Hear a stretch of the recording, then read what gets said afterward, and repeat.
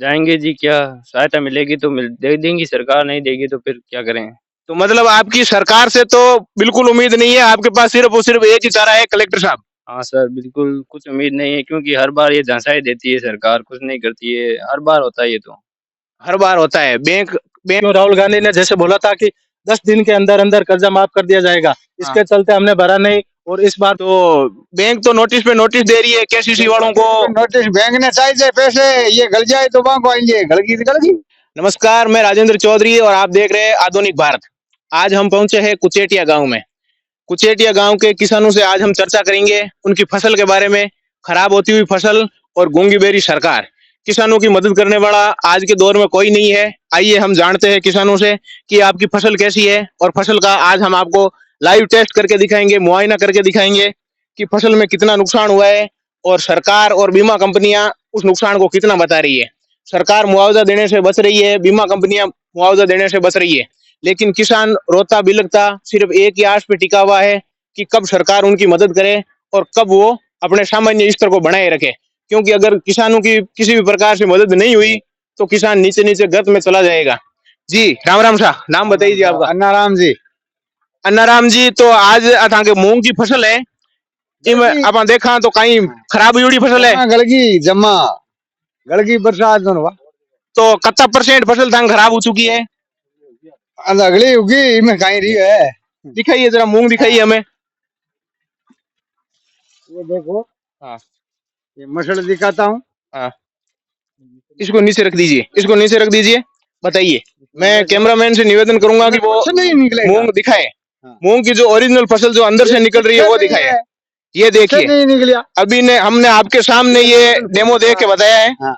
कि ये पूरी की पूरी फसल खराब हो चुकी है। पूरी मुश्किल खराब से इसमें 3 4 5 दाने आपको नजर आ रहे होंगे। देख ली। मुट्ठी भर के हमने इसकी फलियां ली थी, ये पूरी खत्म हो चुकी है। लेकिन बीमा कंपनी कितना बता रही है, नुकसान कितना हुआ है? बीमा कंपनी वाला कोई आए थे आपके पास में? कोई नहीं आया। तो पटवारी जी कोई सर्वे करके गए? कोई सर्वे नहीं करी, ये गलगी रुआ बाद में कहीं करना है। तो फिर किसानों की क्या हालत होगी फिर? किसानों की तो बुरी हालत हुई। तो बैंक तो नोटिस पे नोटिस दे रही है केसीसी वालों को। नोटिस बैंक ने चाहिए पैसे, ये गल जाए तो वहां को आएंगे, गलगी तो गलगी। तो सरकार मुआवजे को ऐलान करियो, वो मुआवजे को कहीं हुई? तो मुआवजा जे सरकार जे काम चाल ही नहीं, चल ही को नहीं। कतो मुआवजो मननु चाहिए?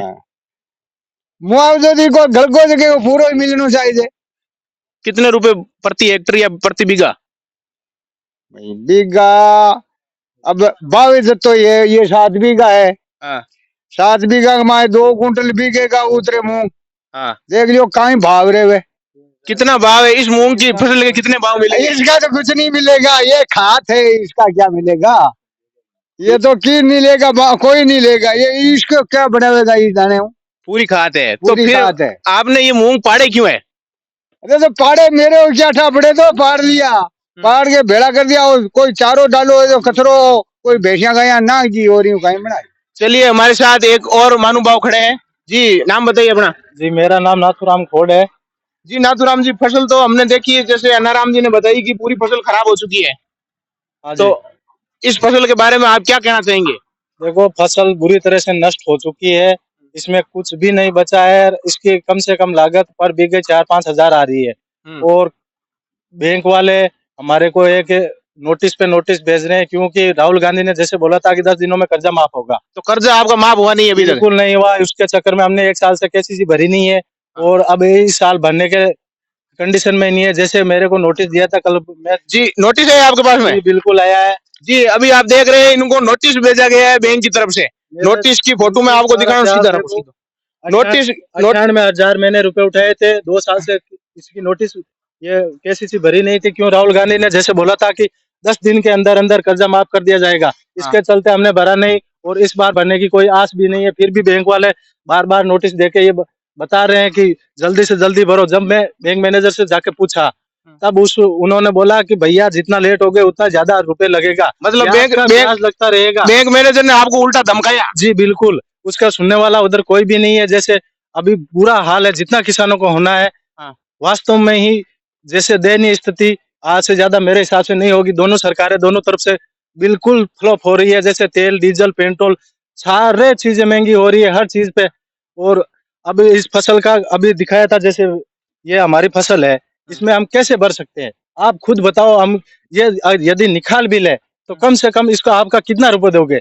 वो 7,200 रुपए जो सरकारी रेट है वो तो दे पाओगे? तो ये नहीं होगा, क्योंकि सरकार को ध्यान भी नहीं है किसानों की ओर। वो सिर्फ अपनी वो वोट बैंक की राजनीति करती है। सरकारी रेट का अभी इस फसल का सरकारी भाव मिलेगा? मेरे हिसाब से कोई टोकन कटने का चांस नहीं है और नहीं मिलेगा। तो फिर इसको तो बढ़िया खरीदेंगे, बढ़िया, फिर इसका क्या भाव लगाएंगे? उसके कम से कम 1,000 या 1,200 लास्ट है।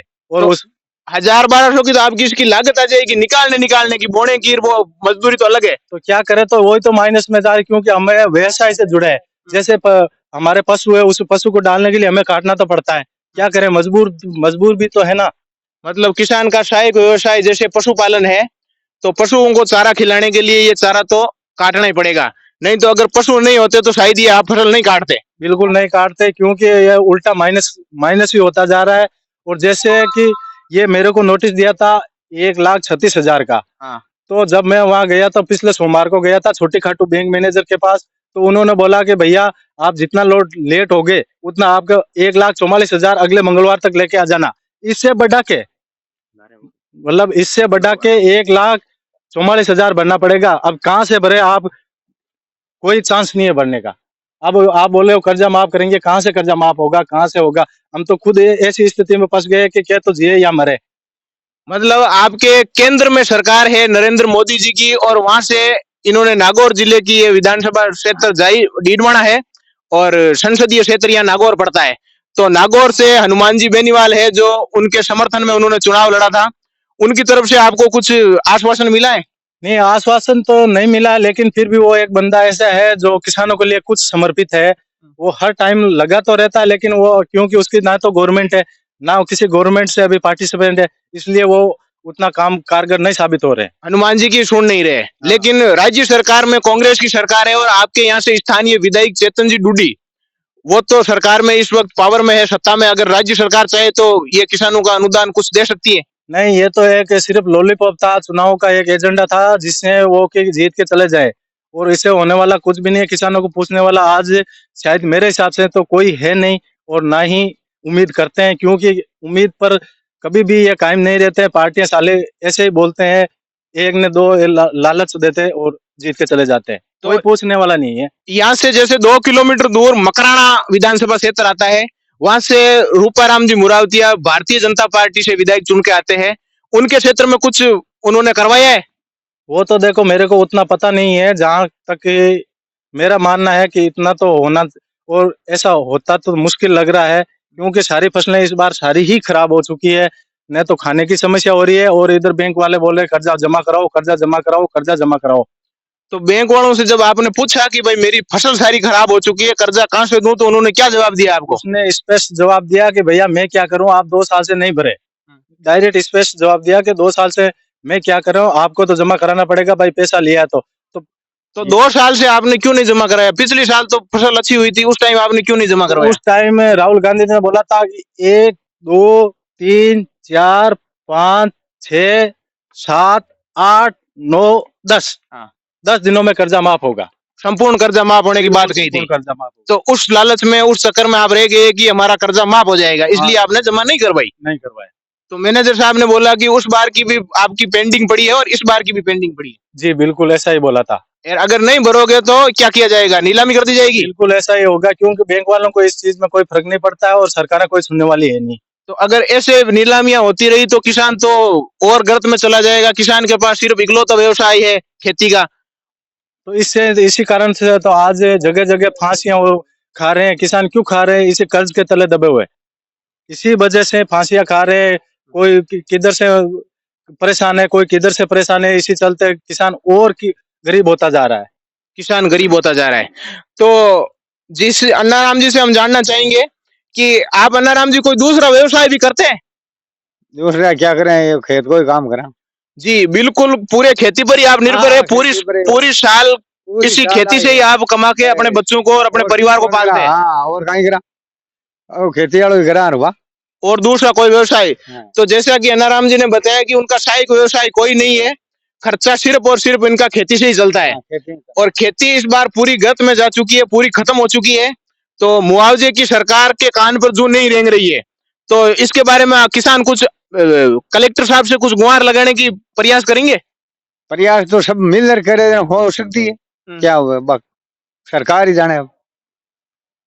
कलेक्टर साहब के पास आप कुछ धरना प्रदर्शन का भी आप ये बोल रहे थे हमारे भाई साहब जी, आपका नाम बताइए। मेरा नाम राजूराम पूनिया जी। तो राजू राम जी, आप बोल रहे थे कि हम कलेक्टर साहब के पास हम पेश होंगे, ये बैंक वाला ये जो नोटिस है ये लेके और अपने खेत की फसल का ये कुछ नमूना लेकर के जाएंगे जी, क्या सहायता मिलेगी तो दे देंगी सरकार, नहीं देगी तो फिर क्या करें।